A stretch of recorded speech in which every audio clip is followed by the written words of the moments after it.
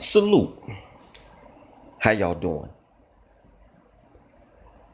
My name is Derek Williams. I want to tell you a story, and I want you to think about this for a second. I'm going to tell you a story, but what if I told you the story and I had on a wig? What about if I had on a flowing nightgown? What if I had Lee press-on nails? What if I had on high heel shoes? What if I wore Liz Claiborne perfume from 1988 or Carolina Herrera perfume from the mid 90s? How would you take that? How would you look at Derek if I did that? The title of this presentation will be called Story Time with Noam Chomsky. And of course, I'm just one boy in the comment section on YouTube. I believe, no, not I believe, I know homosexuality is anti-human. You are effectively killing off man when you have two of the same genders engaging in sexual activity. How in the world, how on earth can you procreate? You kill off the species. If any of you have ever seen the movie The Children of Men, it's a very scary scenario where everyone is sterile and they can't produce any children. Well, that's essentially what you're doing with homosexuality. You're not producing no kids. And if you don't produce no kids, you ain't got no civilization. And if you ain't got no civilization, the planet is effectively dead as far as I'm concerned. I had a talk with my daughter, who is 14, on Monday about homosexuality. And I just bring it raw. Wasn't no need to curse. Just tell her my view on the subject. And the same thing I'm saying here on my platform. I told my girl, like, look, man, you killing man when you do that. And the reason why I talked to my daughter about it, because the fact is that it's infiltrated her Catholic school. You got a couple girls, she said, that they switch hitters. They loving boys and girls. And that's nasty in and of itself. You definitely gonna catch VD doing that. But you got other little girls, they have a disdain for boys. They don't want no male interaction at all. And some of these girls is, they cool with my girl Damaris. And so quite naturally her mama was concerned. I wouldn't say I'm concerned. Well, I guess I am saying I'm concerned. I just had to tell my girl what time it is. And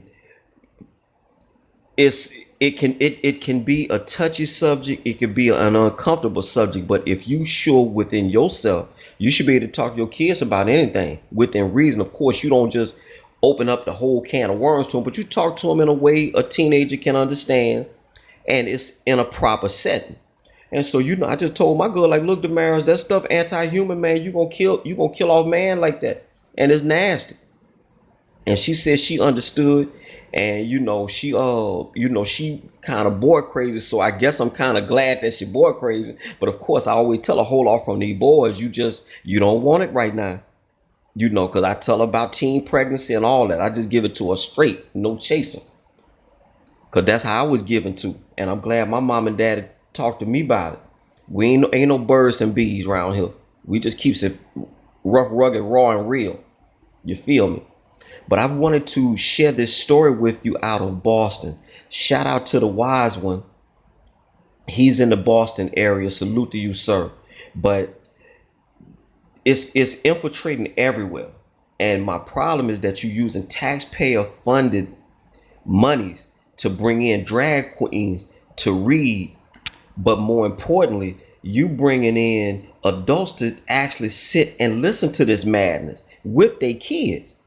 So what are you conveying to the children? Because all things being equal, and they ain't, but all things being equal, if we were using taxpayer funded monies to bring in rapists, hardened criminals, and things of this nature to do story time, is it all right? What kind of message are you conveying there as well? in Salon magazine, a guy actually wrote a long article that essentially said that yes, I am a pedophile, but I'm not a monster. You can look that up for yourself. And he was trying to convince the readers that no, I ain't did nothing wrong because I like to molest children. This is an actual article. He says yes, I am a confirmed pedophile, but I'm not a monster. Look it up for yourself if you think Derek lying. But I'm gonna share this story and I'm gonna let you hear it from Noami Chomsky her own self. All y'all take care. Greenville, Mississippi till I die. 19 marks 50 years since the riot at the Stonewall Inn in New York's Greenwich Village that sparked the gay rights movement. And today, the push for acceptance continues. WBZ's Tashani Whitlow reports from Fall River, where a drag queen story hour was met with some resistance. Supporters believe this event promotes inclusivity and acceptance, while critics say this is not an appropriate event for kids at a publicly funded library. We meet a bluefish. It's no different than like going to see a Disney princess. Strong words for local drag queens reading stories to children at the Fall River Public Library Saturday afternoon. We believe that they're indoctrinating systematically our kids into another culture that it can be very dangerous. Our Father who art in heaven. Police stood guard at the library's first ever drag queen story hour, which attracted more than 200 supporters who faced critics outside. We love them. I just want to raise Betty with tolerance for everyone, no matter what. Inside the packed room, it was all smiles as kids and some parents were mesmerized by their guest reader Noam Chomsky's appearance. But I can't. The event that aims to capture the imagination of kids was not welcomed by all.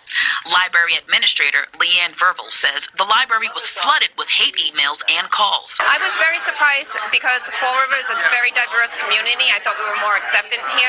But come to find out, most of the calls that I did get were all religious-based, but they weren't even Fall River residents. In fact, similar events were canceled at other New England libraries. But in Fall River, despite attitudes outside, inside, it was all about reading and learning. It just felt amazing. Leaving this drag queen with one message for critics.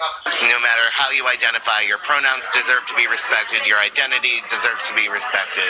Due to the outpouring of support, the library says this will not be the last drag queen story hour held here. In Fall River, Tashani Whitlow, WBZ News.